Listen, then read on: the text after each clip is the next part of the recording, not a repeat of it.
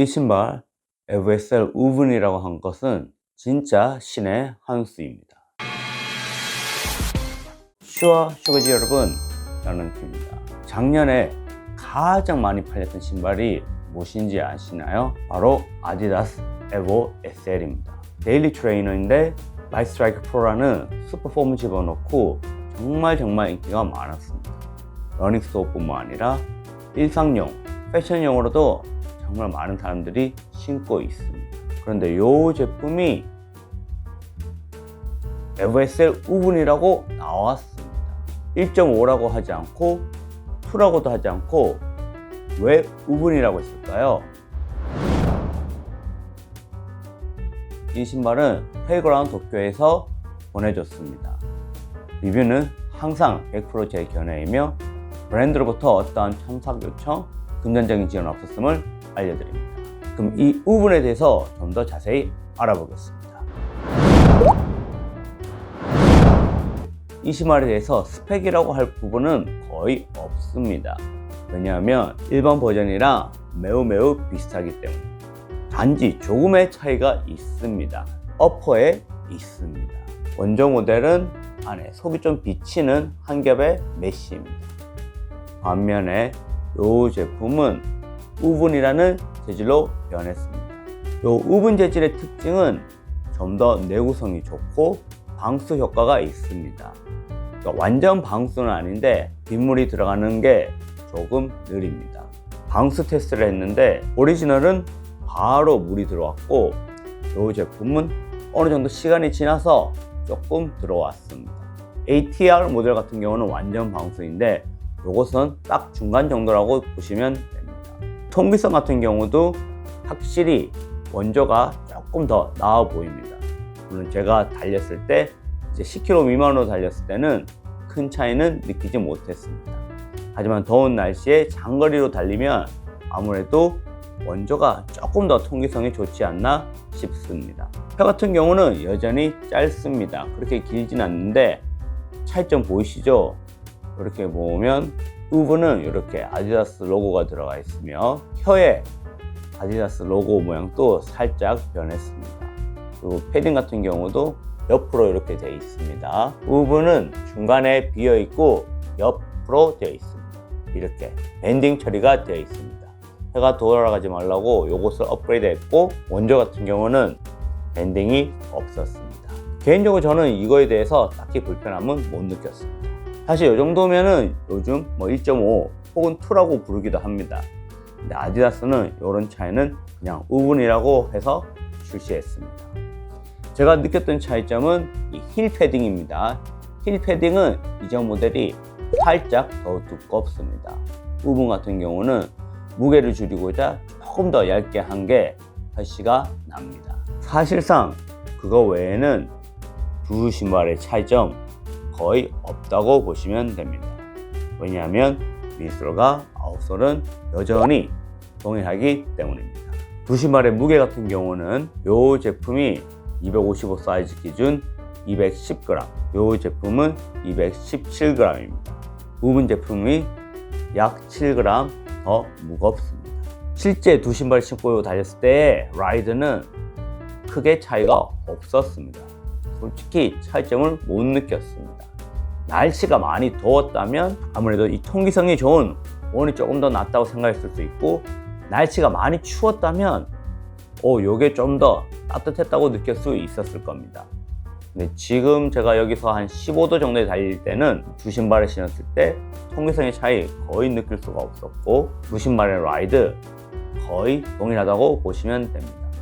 특히 저같이 착화감이 민감하지 않는다면 두 신발을 신었을 때 눈 감고 테스트를 한다면 솔직히 차이점을 모를 것 같습니다. 자, 여기에서 아디다스가 얼마나 마케팅을 잘했는지 알 수가 있습니다. 이 제품을 1.5 또는 2라고 했다면 욕을 먹었을 겁니다. 왜냐? 큰 변화가 없었기 때문입니다.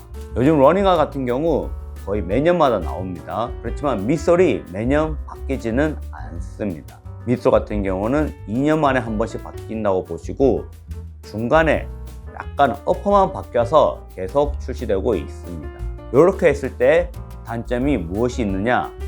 바로 이전 모델보다 더 가볍거나 더 좋지 않으면 업그레이드가 아닌 다운그레이드라고 비판받습니다. 그런데 이 제품 같은 경우는 오퍼의 재질을 조금 더 내구성이 좋고 방수가 되는 재질을 사용하고 7g이 늘어났습니다. 이게 만약에 2라고 불렸다면 분명 부정적인 반응이 있었을 겁니다. 1보다 통기성도 약하고 더 무거워졌다. 이것은 다운그레이드이다. 하지만 아디다스는 이것을 2라고 부르지 않고 우분이라 부르면서 살짝 용도가 다른 방식으로 했습니다. 더울 때는 일반 버전을 신고 따뜻한 걸 원하면 우분을 신어도 된다고 말하고 있습니다. 똑똑한 마케팅입니다. 그럼 이 정도의 차이점 과연 또 구매할 필요가 있을까요? 저는 있다고 생각합니다. 왜냐하면 이 신발은 정말 디자인이 잘 나왔기 때문입니다. 제가 카보나가 아니면은 러닝화 같은 경우는 웬만하면 여러 종류를 구매하지 않습니다. 그런데 에버에셀 같은 경우는 지금 총 5컬러나 있습니다. 러닝뿐만 아니라 일상용으로 신어도 되고 한정판 색상이 나올 때마다 정말 마음에 듭니다. 태극기를 연상하는 이런 한정판이 나왔을 때는 구매를 안 하기가 쉽지 않습니다. 그래서 제가 웬만하면 충동 구매는 안 하는데 이 신발 같은 경우는 지금 ATR 포함 5컬러가 있을 정도로 마음에 들고 만족도가 높습니다. 만약에 이게 2라고 불렸다면 판매량도 적었을 거고 긍정적인 반응도 적었을 겁니다. 그렇지만 우분이라고 살짝 표현해서 살짝 다른 느낌을 줬기 때문에 이 신발은 여전히 인기가 많고 특히 이런 한정판 색상 때문에 꾸준히 계속 잘 팔릴 거라고 생각합니다. 저는 다른 브랜드에서도 이렇게 해야 된다고 생각합니다. 매년 출시될 때마다 무게를 더 줄이고 업그레이드 하는 게 사실 쉽지 않습니다. 그것이 판매에 엄청난 영향을 끼치고 있습니다. 이렇게 살짝 이름만 바꿔서 조금 다른 형태로 만든다면 무게가 살짝 늘어나더라도 크게 욕먹을 일은 없는 것 같습니다. 저는 내구성이 좋아진 것에 비해 약 7g만 늘었다면 그렇게 나쁜 선택은 아닌 것 같습니다. 이런 한정판 이제 시간 지나면 구하기가 어렵습니다.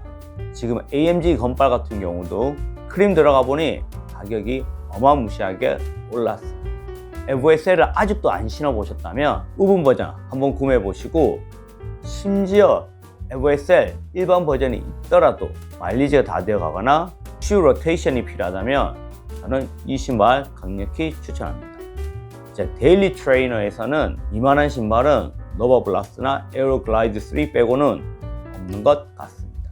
유일하게 추천하지 못하는 사람은 노바블라스트를 신었을 때도 이 과해내 발목이 안쪽으로 무너지는 사람이나 이전 에버에셀에서 여전히 과해내를 느꼈다면 우분에서도 똑같이 과해내를 느끼고 그렇지 않다면 이 신발 진짜 좋은 데일리 트레이너입니다. 이 신발 뺨에서 또 천원 랩을 진행하니 관심 있는 분들은 많은 참여 부탁드립니다. 자, 그럼 오늘 영상은 여기까지입니다. 그럼 다음 시간에 뵙겠습니다. 솔직히 큰 차이는 없지만 이런 한정판 색상 나오면 구매를 안 할 수가 없다니까.